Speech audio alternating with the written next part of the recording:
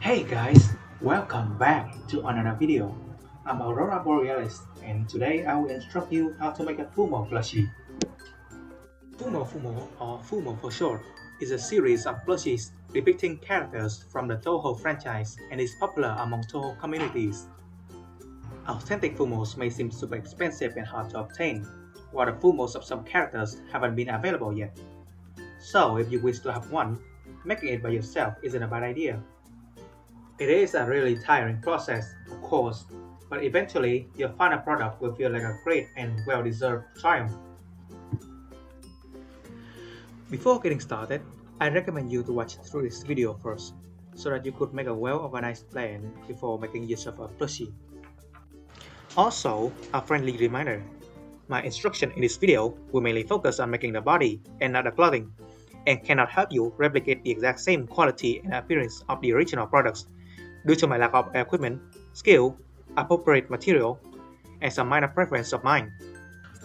For instance, the eyes are not made by embroidery. The Fumo has no ears.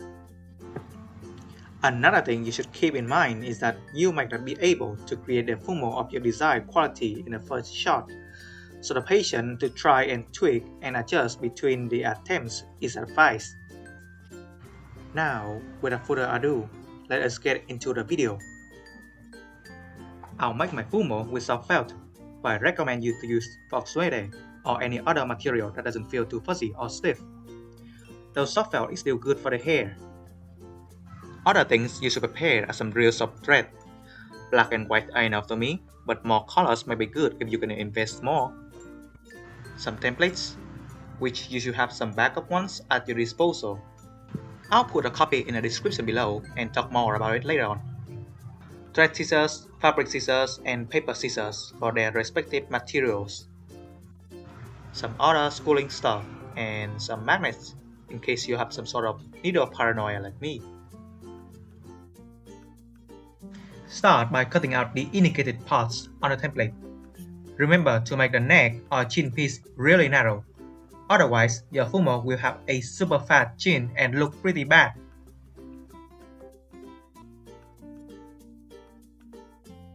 About this template, what you are seeing now is a template that I happened to find and use for my very first Fumo, which you also may have come across.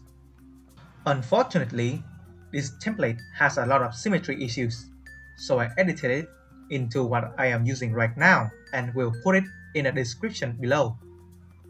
If you are the original owner creating this template and happen to watch this video, please reach out to me.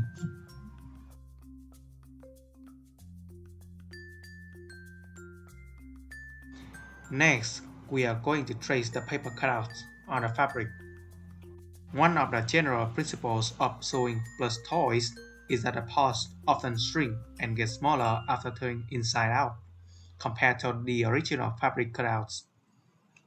Therefore, you should spare some space called seam allowance, which not only counters this, but also gives you some room to sew. Otherwise, the stitches might fall off the edge of the fabric part if your material isn't durable enough.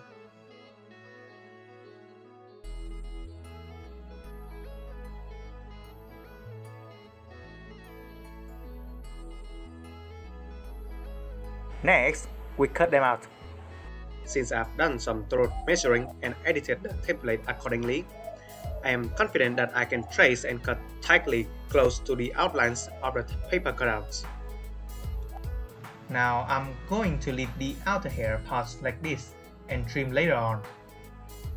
If the material of your choice is likely to disintegrate into threads or let the stitches slip through, consider using fire to burn the edge of your fabric cutouts.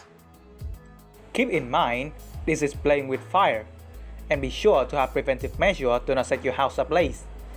Now, if you're not careful, the flame might chew up a large chunk of your fabric part, so always be ready to extinguish the burning in case anything goes south. You can use an incense stick, like me in this clip. It's just a little bit safer, but hot ash coming from it might leave burning mark on your fabric part or your hand skin, and also set things on fire if you're not cautious. Now that we have all the parts, I'm going to start with the head. specifically the face, since it's the hardest part in the game. The first job is to mark the positions of the eyes, mouth, eyebrows. I believe the best way to mark is using a tracing light board. Here, I am using an improvised version of the product, consisting of an elevated glass panel and a flashlight. If you can't afford either of those, you can use a glass door, but it might feel uncomfortable to draw.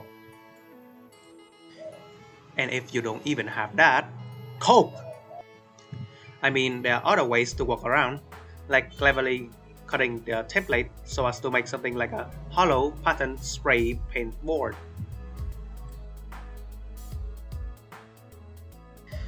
Before we touch the needle and thread, I would like to introduce a technique to you guys that if I were the first to invent, I would call it the anchor technique. When you attach two pieces of fabric together, which might not resemble the same shape or have unequal edges, you might end up finishing sewing one's edge, while still having an extra portion of the other's edges. Another situation when you spend a lot of time sewing both sides of the face only to realize that you have done it unevenly or asymmetrically. This is where the anchor technique shines. It helps us plan our sewing accurately and lessen the annoyance of holding the pieces together. The technique consists of measuring and subdividing the edges or the outline where you will sew, maybe into 2 or 4 parts. Marking and attaching the matching points on the edges using clips or a tiny amount of glue, or like how I am doing, using stitches themselves. Pushing the corresponding parts against each other and start sewing, going from one anchor point along the edge and through every other point and back to the beginning. It is just like making a frame for building, you know.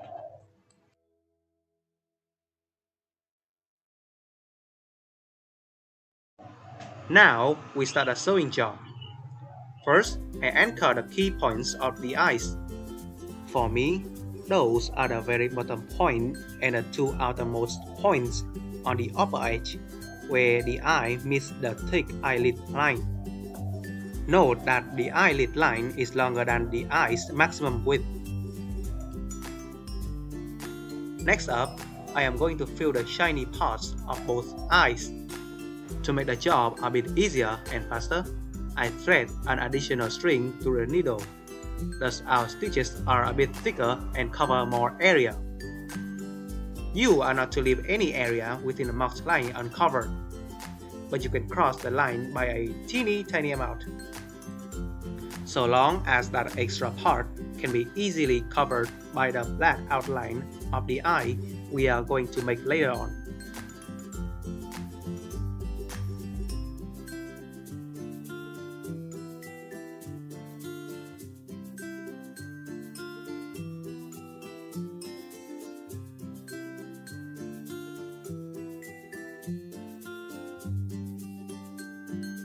For the eyes outline, you should leave the eyelids until later and use a double string needle as explained. Now, there are 2 ways to do this. The first one is found on quality and authentic Fumos.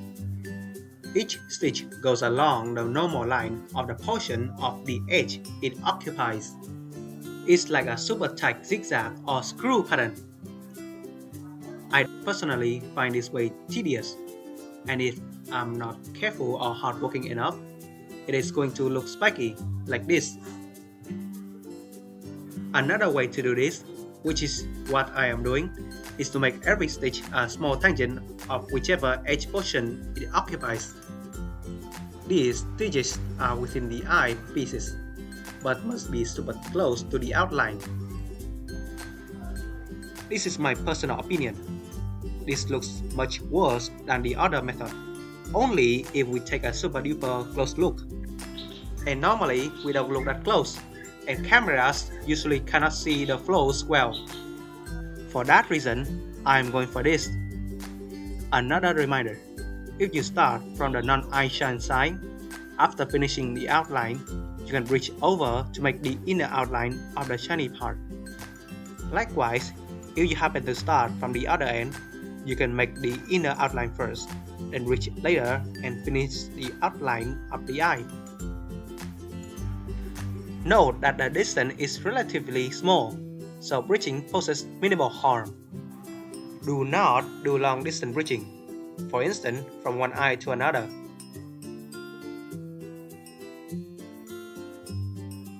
You know, if you are more hardworking than me, you can learn embroidery elsewhere and do this more properly than me.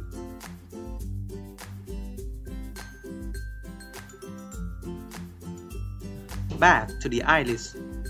Here, you use the triple string needle, which is basically what you just use to make the eyes outline, but with 3 strings threaded through the needle's hole. And like I said, the eyelid is slightly longer than the eye's maximum width.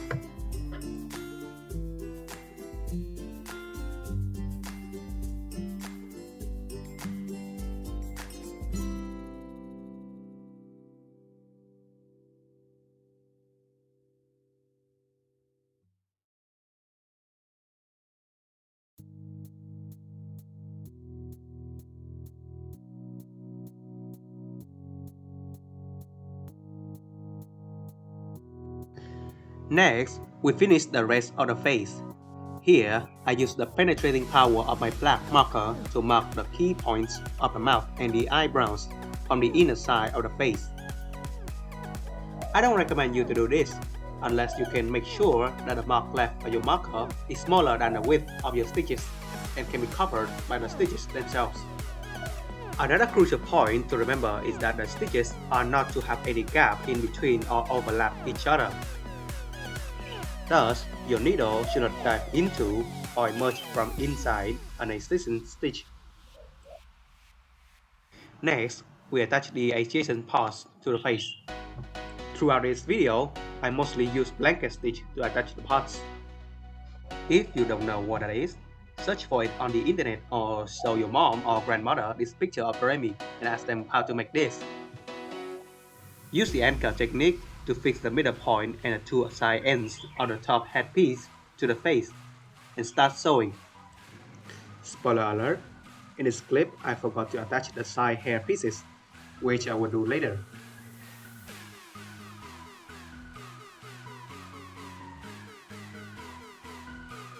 Likewise, anchor technique on the chin piece.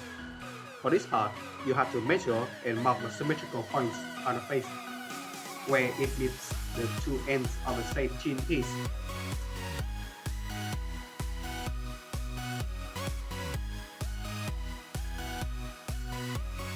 Then we attach the 2 back head pieces. The edges that are going to be sewn together resemble the same shape, so the anchor technique might not be necessary.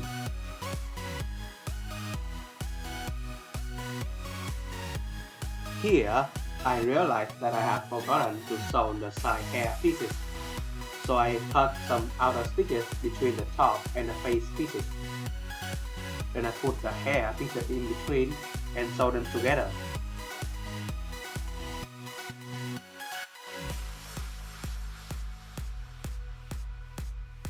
Oh, and don't forget to close up these V-shaped gaps of the top and back hair pieces.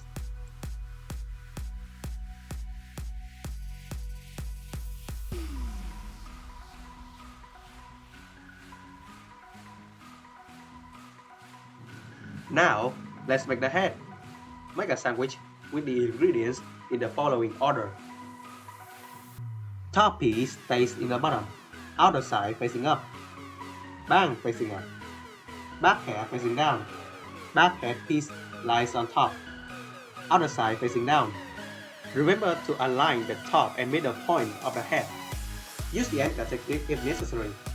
You can attach them all together at once, or sew the front parts and back parts separately, and then connect them all later on. Keep in mind that the entire rear edge of the top piece is where these 4 pieces meet and is the actual top of the head. Here, I attach the front parts first, then I assemble them all together.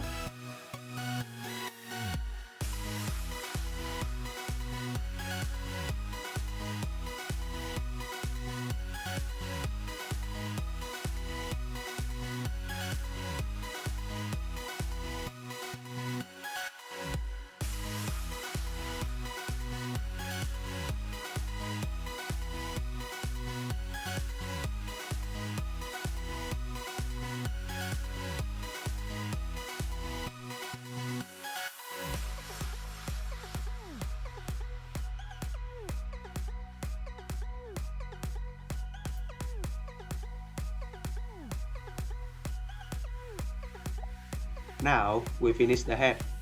Carefully fold or roll the outer hair parts and wrap them in between the head parts. Use a clip if necessary. Group and attach the ending points where these parts of the head meet each other in the next scene. This middle part is where the head will connect to the body. Now sew the sides of the head. Be careful not to go through the hair contained within the head.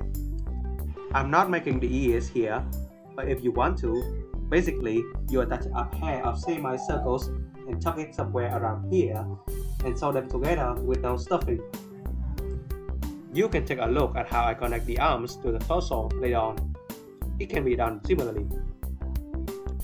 When you finish, carefully turn it inside out. You can use a chopstick or a small rod to push if the job feels too hard.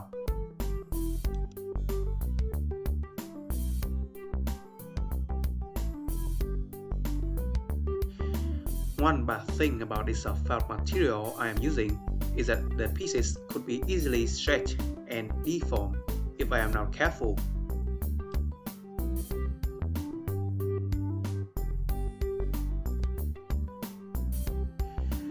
You don't have to insert the stuffing yet, but feel free to do so if you are curious how it looks like.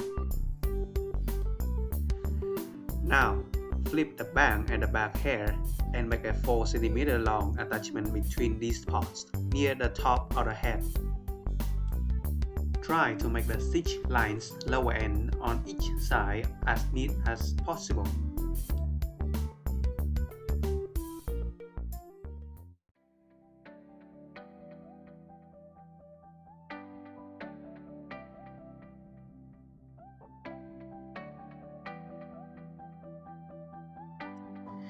For the next part, if you already have trimmed the bang in advance, you can skip this part. If you don't, grab your fabric scissors and become a barber. Off topic a bit, remember to use your scissors for their respective purposes. Because, for instance, if you use fabric scissors to cut paper, they would get blunt and become mere paper scissors. Back to the topic. It surely doesn't look like an undoable job. I understand that, but no worries. I have done it and I am confident to say that you shouldn't feel intimidated. However, you should do it slowly. Trim off small chunks repeatedly. The job doesn't require you to do it in one shot. Eventually, you will get a perfect looking result.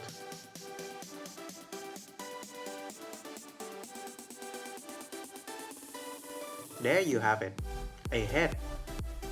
Now finish the rest of the body. My plan is to make the arms first, then tuck and sew them into the torso, which then will be attached to the head. The arms don't require anchor technique, since the front and back pieces already resemble the same shape.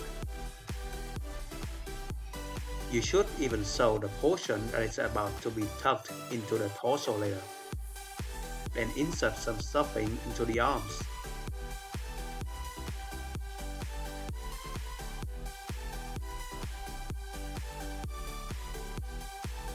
Moving on to the torso.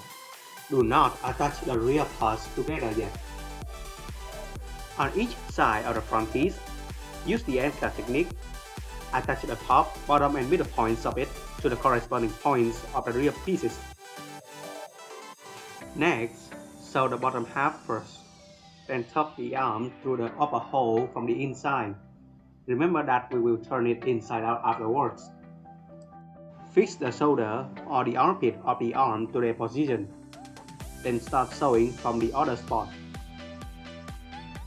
According to my research, on authentic Fumos, the shoulder or armpit part, when tucked into the torso, is flat like the end of a toothpaste.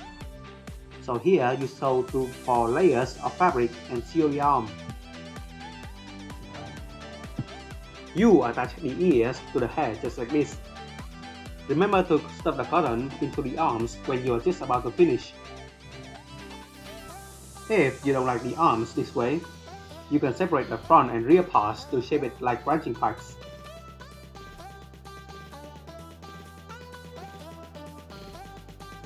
Remove the column inside the head if you find it too hard to sew. Now, wrap the torso around the head like so. Again, anchor technique. Connect the key points.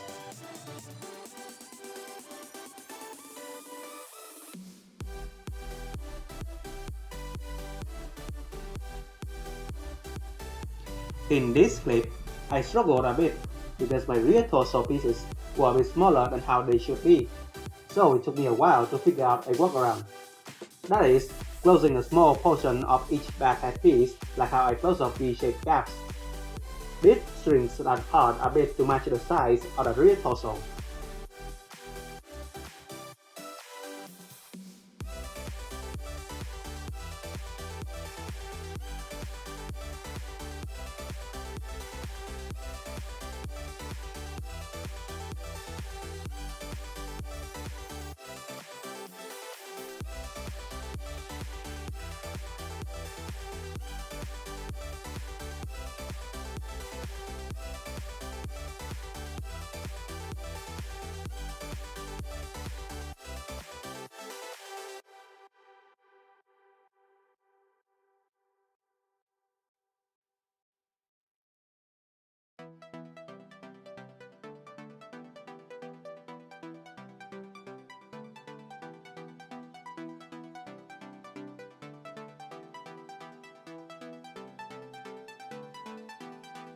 After that, we turn the torso inside out and stuff the head.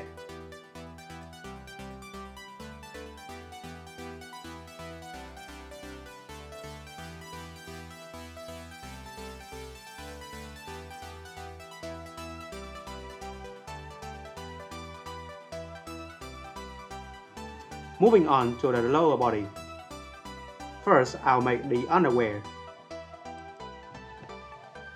This template's design of the underwear might confuse you, but don't worry, Fumos are in a sitting pose by default. Next, we have the legs. You should connect the boot or the shoe piece to the leg piece first, then form a tube later. And then we connect the bottom piece of the boot or shoe to the tube. You should divide the circumference into 2 or 4 parts and utilize the anchor technique again. This was where I discovered the anchor technique while making my previous Fumo.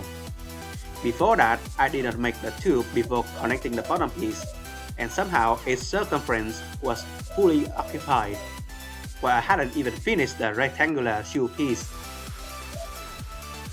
Next, we attach the legs to the underwear. Anchor technique again. The highest part of the leg meets the side of the underwear. Then, turn the whole thing inside out and start stuffing.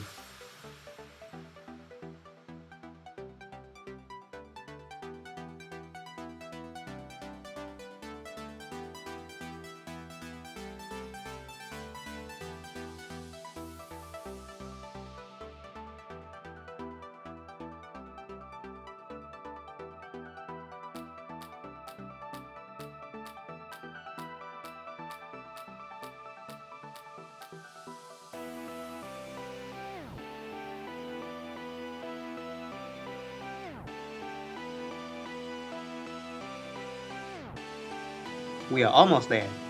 Grab the upper half, anchor technique on 3 points of the waist, and start sewing. Before that, insert some stuffing into both parts, and add more stuffing until enough after you finish 70% of the circumference. Then, finish the body.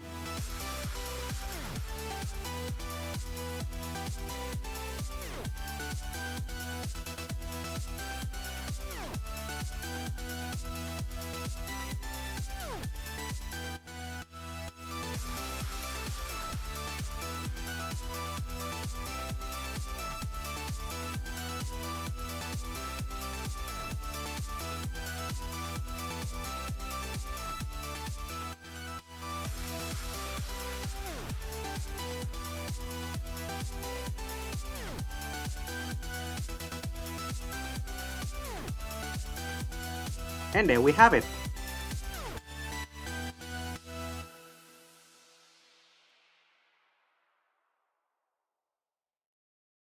We have finished the hard part. Now, let us move on to the fun part, making the outfit. You can make the outfit of the original design, or make one that has never been seen in a franchise. Maybe put some tiny additional details of your choice. Unleash your creativity. Go nuts! You might want to make the outfit a bit tight. You can also make it removable for future maintenance if you want. Actually, I have to admit that this might sound fun at first, but when I did it, I found it super tedious. From my experience, the closer I am to the finishing line, the more intimidated I feel. So, my advice? Whenever you want to give up, never do so, because that's when you almost reach completion, I guess. At this point, I felt too tired that I stopped recording occasionally.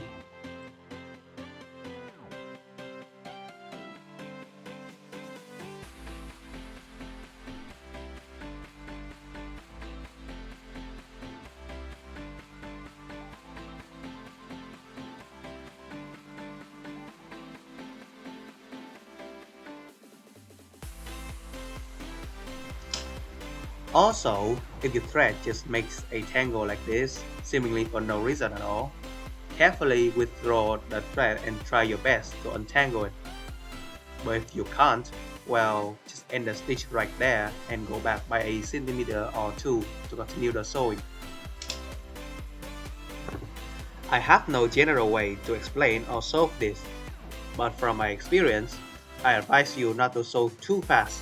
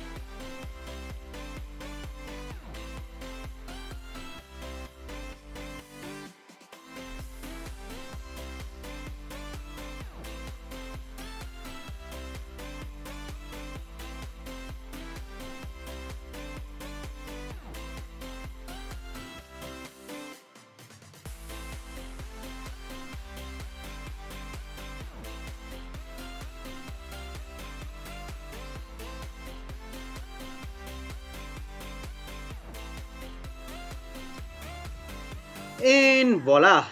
Look at that! A Fumo on your hand! Now there's only one thing left to do. Celebrating your supreme victory. I hope this video could help you somehow. Please check the description below for any update and credit. And should you spot any error or have any opinion to share, leave some comments down below. If you find this video helpful, leave a like and subscribe. Or maybe not, because I'll post other contents in the future, namely video game developing, 3D modeling, and perhaps crafting content like this one. That's it for now. Thank you for watching. Hope you all have a nice day. Stay hydrated and keep yourself safe. See ya!